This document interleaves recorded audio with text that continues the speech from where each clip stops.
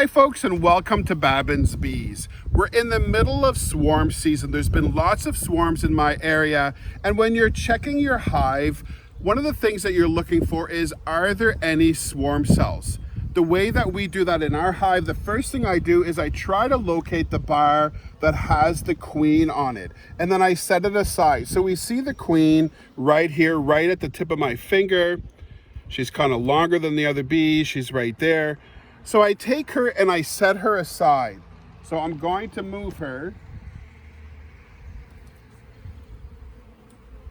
And I actually put her behind a dividing board. That way she cannot mix with the rest of the bees, because you want to be able to look at the comb very well. And as the population grows in your hive, the more bees on your wax, the harder it is to see. So in those cases, you want to give it a little bit of a shake, get the bees off of the wax, and take a good look at the sides and the edges to see if there's any swarm cells. So that's what we're going to do right now.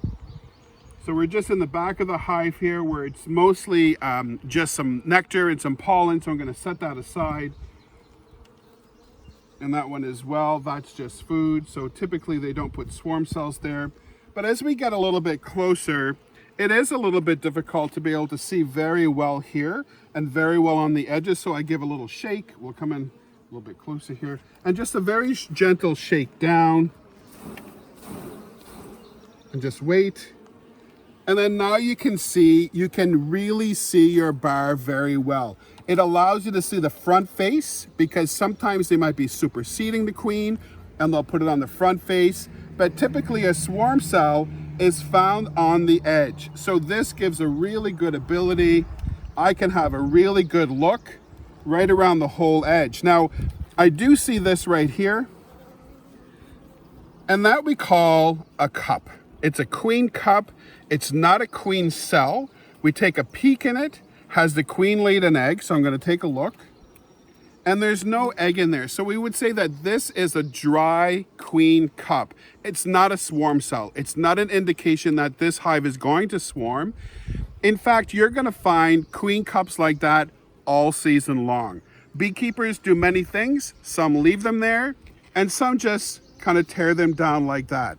At least when you go back to do your next inspection, you'll be able to see where it was flattened out. This also gives me a good chance. I can look on the front face again. I don't see anything that looks like a shape of a peanut shell, which is typically a swarm cell. Again, I look on the edges here. I see nothing. I look on the face again.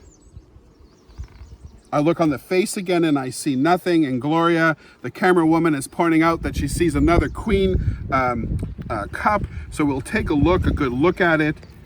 It's totally dry, meaning the bees have made that. And again, they will make them throughout the year, throughout the season. Queen has an option to lay there or not. She has not. So we just kind of flatten it out a little bit. Just kind of. And again, it's really preference, whether you want to tap those down or not, or leave them. So that's how I check every comb. You want to do that for every single comb. The deeper you go into the brood nest, the higher the likely that you're going to find some swarm cells. Now, you can find them anywhere, of course. However, you want to go through comb by comb by comb, especially if your goal is not to have your hive swarm. I'm going to shake another one. Now this is newer wax, so I want to be just a little bit more gentle, because new wax is very fragile. So I'm just going to give it another quick shake here. And just wait a moment. Let the bees settle a bit. And then I can take it right out. And again, this gives me the ability to look at the whole face of both sides. And we see no swarm cells there. I then can flip it, and I can look at the edges. And typically a swarm cell is on the edge, but it doesn't have to be. Again, if the bees want to supersede this queen, if they don't like this queen for some reason, oftentimes your swarm cell or your supersedure cell will be on the face. And so that's why you want to be able to see the face as well. While we're taking a look though, we can see the differences and what you're seeing here. Right here, that's kind of flat, but you can tell that those cells are capped. Those are female bees. And we can tell because they are flat right here. You're noticing that it's a little bit bowed out. Those are male bees. Those are drones. Because drones are bigger than female bees, they need a bit more space. So that's why they're kind of bowed out like that. Population-wise, there's typically about 80% female, 20% male. So again, a good look at the comb. I can see there's nothing on the face, and I can see there's nothing on the sides. We'll do one more, just so you can see how we typically do it. But again, if you really want to try to control swarm management, you have to look at every single bar. Now, is it guaranteed? Absolutely not. The bees are in charge, right? So you could continuously do this, and maybe you miss one, or maybe one was built on the wall of your hive and you've missed that.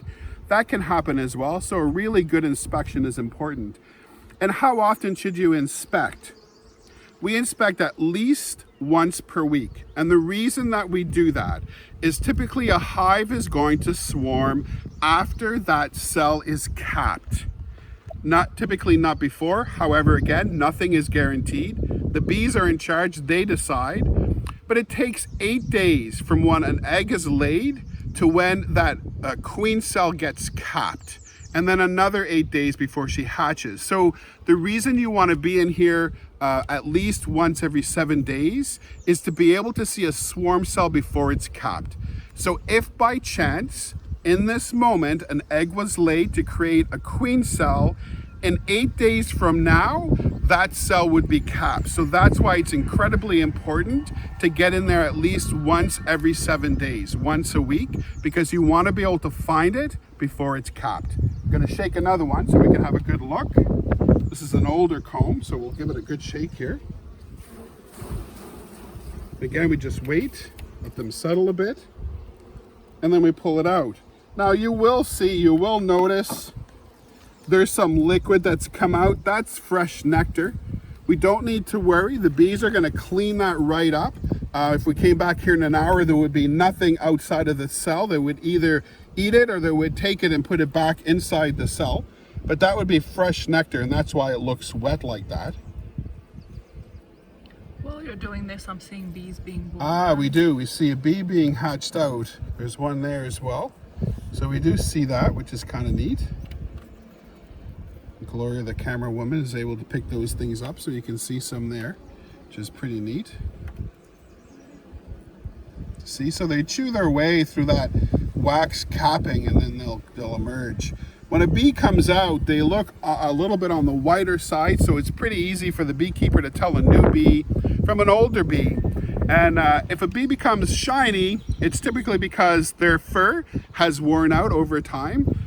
So a new bee is kind of nice and fuzzy. An older bee is a little bit more shiny. So we're going to take a look on the face.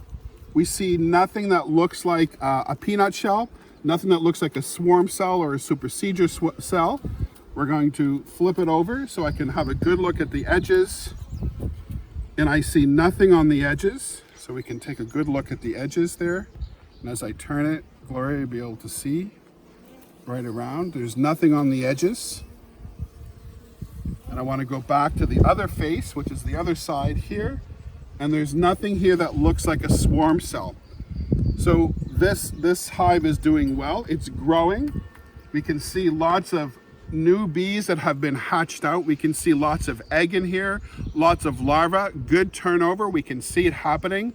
This hive is growing, though it's always at risk to swarm. As long as you continuously take a look at least once every 7 days, you go through every bar and you are able to see the bar very well, it should help you with swarm management. Again, the bees are in charge, not the beekeeper, so you always have to keep that in mind.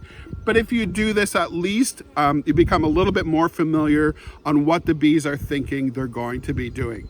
So I hope this video has been helpful for you. We know that especially for new beekeepers, swarm management is incredibly important. It can make the beekeeper a little bit nervous. This is the way we do it. This is the way that we check our hives, shake the bees, have a good look at that wax, have a good look at that comb. Do you see swarm cells or do you not? Thanks for watching. We'll see you in the next video.